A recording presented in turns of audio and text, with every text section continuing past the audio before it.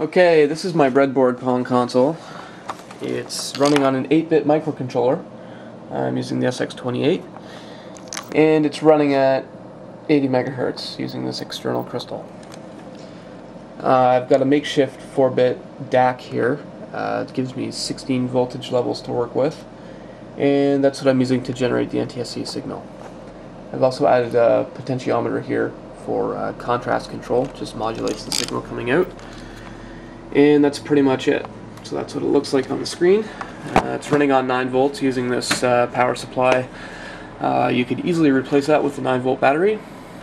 And it takes input from both Atari joystick and a Nintendo gamepad. So I'm just going to restart the game.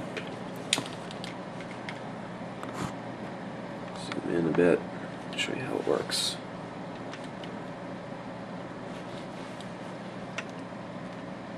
So there's no sound, but I plan on adding a second DAC for sound generation.